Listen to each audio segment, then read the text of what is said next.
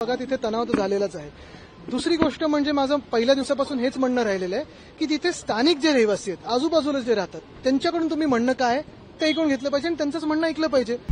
आता isakal.com आहे देशातील नंबर 1 ची मराठी न्यूज वेबसाईट. प्रत्येक अपडेटसाठी isakal.com ला नक्की भेट द्या. मग ह्या बाजूने निर्णय द्या किंवा त्या बाजूने निर्णय द्या, पण आता कोर्टाचा निकाल आल्यानंतर पुढचं पाऊल प्रशासन काय उचलतंय ह्याच्यावर सगळ्यांचं लक्ष आहे. पण मला वाटतं हा विषय तर एवढा महत्वाचा नाहीये. ह्याच्यात सगळ्यात महत्वाचा आपल्या देशात विषय जो आहे तो म्हणजे वोट चोरीचा. पालघरमध्ये देखील एक महिला सापडली ज्यांनी 5 मतदान केलेलं आहे. वाराणसीत असं कोणतरी सापडलं ज्याची 34 मुलं आहेत 16 वर्षात. हे सगळी जी वोटर चोरी आहे ही पकडली गेल्यानंतर अर्थात हे बाकीच्या विषयावरती आणण्याचा प्रयत्न होणारच. गोंदियात 15 ऑगस्ट निमित्त छगन भुजबळ यांनी ध्वजारोहणास नकार दिलेला आहे. कुठेतरी नाराजी ही समोर मिळते. नाशिकचं ध्वजारोहण मिळायला हवं होतं, रायगडची ही तीच परिस्थिती आहे. बघा, एक दुर्दैवी आहे की रायगड सारख्या जिल्ह्यामध्ये, ज्याचं नावच रायगड आहे, छत्रपती शिवरायांचा हा जिल्हा, आणि इथे पालकमंत्री पदावरनं असा वाद होऊ शकतो, स्वार्थीपणाचा हा वाद होऊ शकतो. मला वाटतं आता अदिती तिथे करत आहेत तर काय गैर आहे? एखाद्या महिला कोणी करत असेल, कोणी तरुण मंत्री करत असेल तर काय गैर आहे? आणि दुसरं म्हणजे असं स्वार्थीपणा, मंत्री झाल्यानंतर देखील नाराजी, रुसवे फुगवे, मग ते काय टाचण्या मारायचे लिंबूला वगैरे, हे काय योग्य नाही. पण हे प्रतीक आहे की हे सरकार हे स्वार्थी लोकांचं सरकार आहे. जनतेने नाही निवडलेलं आहे, पण फेक वोटर्सनी निवडलेलं आहे. धनंजय मुंडे यांनी अद्याप सरकारी निवासस्थान आहे ते खाली केलेलं नाहीये. मुंबईत आपलं घर नसल्याचं ते म्हणत होते, मात्र दुसरीकडे त्यांना सरकारी निवासस्थानाचा मोह हा कुठेतरी सुटवत नाही. असे अनेक लोक मुंबईत आहेत ज्यांच्याकडे स्वतःचं निवासस्थान नाही. आपण त्यांच्या घरी त्यांना सगळ्यांना पाठवूया. मराठा आंदोलक मनोज जरांगे पाटील यांनी मुख्यमंत्र्यांवरती गंभीर आरोप केलेले आहेत. मुंबईत होणाऱ्या मोर्चाविरोधात फडणवीसांनीच कट रचल्याचा दावा त्यांनी केलेला आहे. असेल, मला माहित नाही, याची माहिती थोडी घ्यावी लागेल. डिस्ट्रीब्युशन होणार ते घरांचं देणार, तुम्हाला आमंत्रण आहे का? तुम्ही आत्ता दुपारी आम्हाला आमंत्रण आलेलं आहे. एक महत्वाचं आहे की वरळी बीडीडी चाळ जे 556 घरं चावी वाटपसाठी आम्ही थांबलो होतो. पहिलं सांगितलं होतं गुढीपाडवा, नंतर अनेक महिने निघून गेले, त्यानंतर आत्ता कुठेतरी ते चावी वाटप होतंय. मी आग्रही होतो, आम्ही तिथे पूर्णपणे आपण पाहिलं असेल जोर लावला होता की गणपतीच्या आधी हे चावी वाटप व्हावं. पण ह्याच सोबत आता आम्ही हे देखील आग्रह धरून बसलेलो आहे की शिवडीमध्ये जे बीडीडी चाळी आहे त्याचा पण पुनर्विकास एमबीपीटीनी किंवा म्हाडानी कोणीतरी करावा. कार्यक्रमाला जाणार आता सांगतो ना तुम्हाला. मुख्यमंत्र्यांनी म्हटलं की मटन चिकनचं जो प्रकरण आहे काँग्रेसच्या काळाचा आहे. कशाचं आहे? काँग्रेसच्या काळातलं आहे. हो, नेहरूंनीच तो निकाल दिला होता. कल्याण डोंबिवली कशा पद्धतीने बघतात? लोकांच्या खाण्याकडे काय आता काय त्याला अर्थ?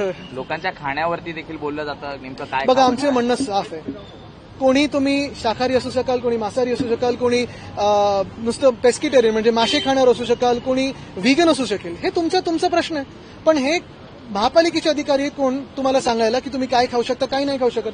आज जर तुम्ही यांचा आदेश पाळला तर उद्या तुम्हाला हे पण सांगतील की कपडे कुठच्या रंगाचे घालायचे, कुठच्या प्रकारचे घालायचे, इथपर्यंत पोहोचतील.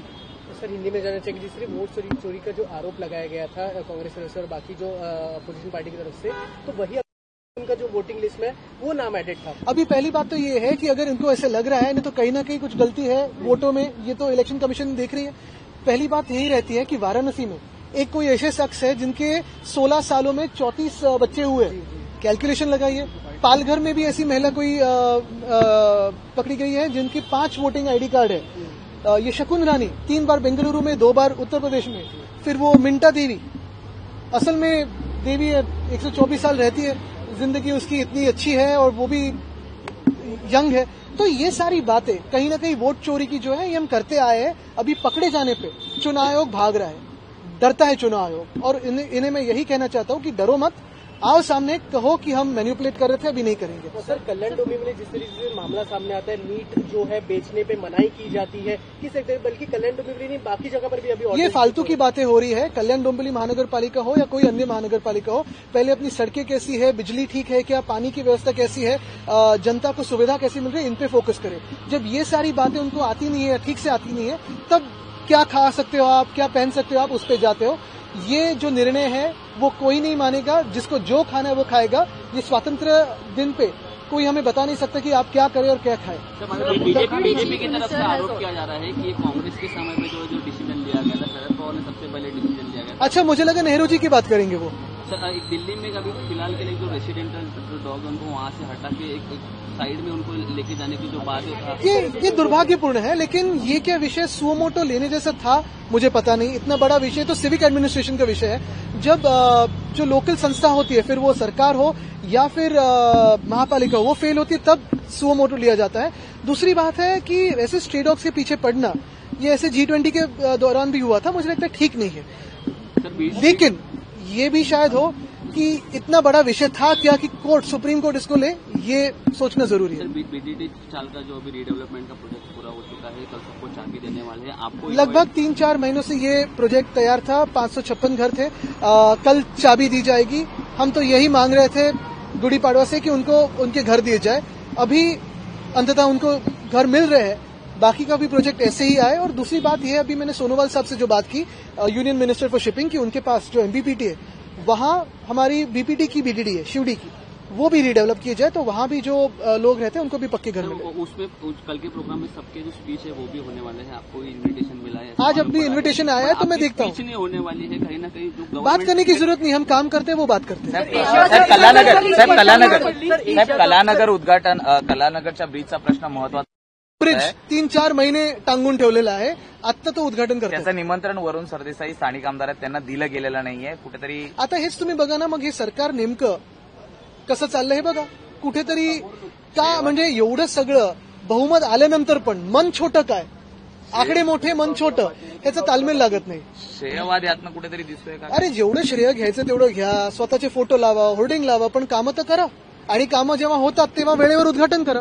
इंडिया वर्सेस पाकिस्तान की मैच होने वाली है, कहीं ना कहीं ऐसा कई लोग चाहते हैं कि जो इंडिया वर्सेस पाकिस्तान की मैच ना हो। कई लोग नहीं, तो हम होने नहीं देते। पहली बात यही है कि पूरा पहलगाम का हमला, ये आतंकवादी घुसे कैसे, आए कैसे, इतनी फायरिंग हुई कैसे, इस पे कोई जवाब नहीं है। फिर ऑपरेशन सिंदूर जो हुआ वहां, उसके बाद हमने बताया पूरे दुनिया को इसके पीछे पाकिस्तान है और पाकिस्तान के पीछे चाइना है। लेकिन उसी पाकिस्तान के साथ हम अभी क्रिकेट खेलना चाहते हैं, BCCI क्रिकेट खेलना चाहती है। BCCI हमारे जवानों की शहादत से ऊपर है। BCCI हिंदू जो मारे गए, भारतीय नागरिक जो मारे गए, उनके भी ऊपर है। BCCI शायद इस देश की सरकार से भी ऊपर है और आपकी और मेरी भावना से ऊपर है। यही BCCI पिछले साल जो भाजपा में बता रही थी कि हिंदुओं पे आक्रमण हो रहे हैं, उन पे हिंसा हो रही है बांग्लादेश में, उसी बांग्लादेश के साथ क्रिकेट खेल रही थी। BCCI के जो सारे बड़े अधिकारी है वो पाकिस्तानी क्रिकेटर्स के साथ पार्टी करते हैं।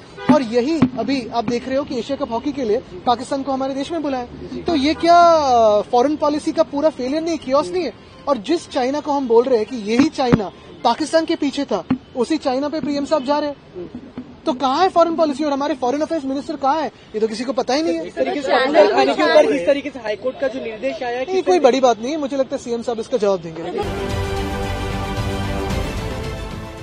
देश विदेशातील प्रत्येक घडामोडींचे लाईव्ह अपडेट मिळवण्यासाठी आता साम टीव्हीच्या सर्व सोशल मीडिया प्लॅटफॉर्मला लाईक, फॉलो आणि सबस्क्राईब करा।